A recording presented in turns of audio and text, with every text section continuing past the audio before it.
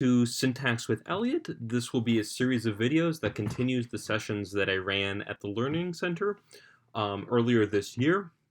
And I wanted to start off with a series of videos on structural relationships that'll introduce some important concepts in syntax, and also do a little bit of review of the things that we covered in the previous sessions. So to start, we'll define the notion of a constituent, which is one of the core ideas in syntax and linguistics. What a constituent is a word or group of words which function as a single unit in a sentence. And there are a few different intuitions that we can kind of use to emphasize the importance of this notion. The first one is that certain words really seem to be more closely related than others in a sentence. So, for example, if we look at this word, the, it seems very closely related to the word cat, right? It's the cat. These things kind of in our mind clump together. The same thing is true of a and mouse. It's a mouse. And this doesn't seem to be the case with something like a and chaste, right?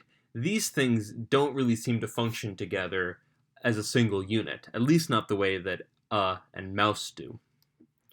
The second observation that we can use to emphasize the notion of constituency is that groups of words seem to be related in similar ways in different sentences. So if we look at our two sentences here, the cat chased a mouse and the cat caught a mouse, in both sentences we have an action, in one sentence chasing and another sentence catching, and we have something doing that action, right? The cat. It's the cat that's chasing. It's the cat that's catching. Well, it seems that given that this thing, right, is performing a similar role in both sentences, right, as the doer of an action, there must be, at some level of abstraction, a relationship between the and cat. They must function as a single unit because they're doing the same thing in both sentences. Now, linguists don't stop just at linking two words together, right? We have things called trees. We link everything in the sentence together. So it's not just the and cat that go together as a noun phrase. It's also a and mouse that go together as a noun phrase. And now we have this verb chased, right? And if you recall, that's going to go much more closely with a mouse than it will with the cat, right? Chasing a mouse forms a unit as an action, right? That's something that a variety of subjects can do. We could have the dog chased a mouse. So that's why we think that this word, right, also functions, this word chased also functions as a unit with a group of words, mouse. And finally, the cat and chased a mouse, right, the doer of the action and the action itself will go together as a sentence. And so we have constituents, and we can also nest them together to build up a whole hierarchical structure. And if you've come to previous sessions, you know that there are a few different ways that we can represent this hierarchical structure. One way is bracketing, right? If we take kind of a sentence written out, we can draw brackets around the things that we think go together. So the cat goes together, the mouse goes together.